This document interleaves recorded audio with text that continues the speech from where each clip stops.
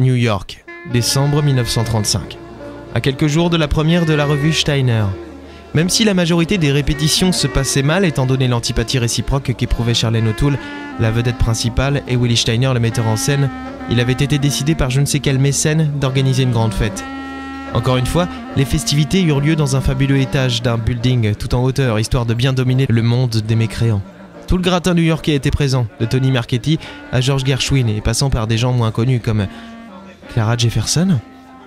Bugs, quel plaisir de vous revoir. Vous êtes toujours aussi fringant. Bonsoir Clara. J'ai beaucoup pensé à vous ces derniers jours. Je n'ai pas osé vous appeler au numéro que vous m'aviez donné. Vous avez bien fait, c'était un faux. J'aime bien faire des blagues aux jeunes femmes que je ne connais pas. Et vous comptez les séduire ainsi?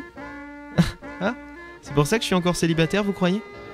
Parmi la foule qui se tassait dans le gigantesque 34e étage, Tony Marchetti, toujours aussi bien sapé dans un complet à rayures, un cigare au bord des lèvres, se frayait un passage à l'aide de son fidèle ami, Fat Borelli.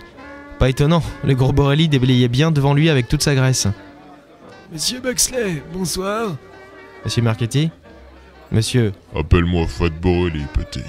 Je suis gros, mais j'assume. Autant pour vous. Excusez-moi, Miss Jefferson. Je vous l'emprunte quelques instants. À bientôt, Bugs. Tony passa un bras autour de mon épaule. Ça m'a fait un peu peur sur le coup. Désolé, mais je crois bien que j'ai dû sacrément serrer les fesses, bien que j'ai l'esprit assez ouvert. Mais j'ai juste l'esprit d'ouvert. Je voulais vous dire merci pour tout ce que vous faites pour Charlene. C'est normal. Pour ça que vous allez nous payer, le professeur Laura et moi. Et votre ami, avec la perche. Ah, Bart. Oui, Bart. Tiens, je l'avais oublié celui-là. J'ai parcouru vite fait la salle des yeux, il était avec le professeur Key et Laura, près du buffet froid. Il avait l'air tout triste, tout pâle. Pas étonnant qu'il veuille rentrer chez lui tout le temps. Vous serez payé, ne vous inquiétez pas. Tony. Fat Borelli a fait un signe de tête en direction de la fouine qui se cachait parmi les ronds de cuir et les délicieuses tenues de soirée. Tony a acquiescé. Excusez-moi, j'ai affaire. Nous nous croiserons sûrement durant cette soirée.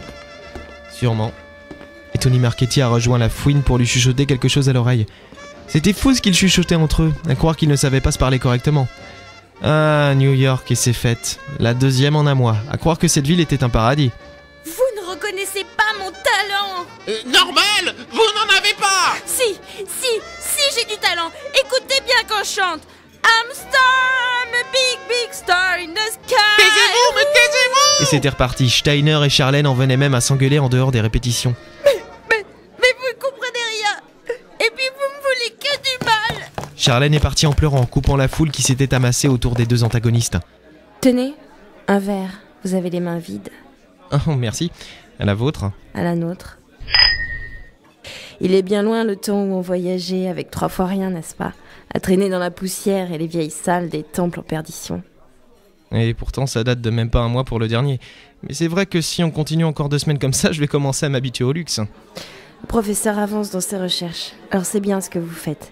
Il pouvait pas s'occuper de Charlene, il n'aurait pas eu le temps. Ouais, c'est toujours comme ça que ça s'est passé.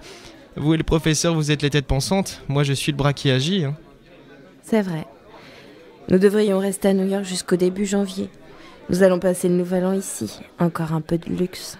Laura m'a souri en levant son verre. Du luxe, ouais. Avant de repartir à la recherche des yeux de l'ange bleu.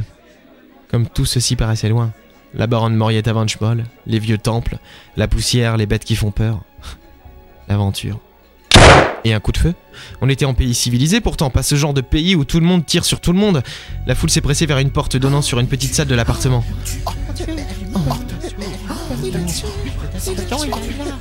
Nous nous sommes rapprochés avec Laura, comme tout bon badaud qui se respecte, attirés par cette curiosité malsaine d'assister à quelque chose d'horrible, comme un meurtre par exemple.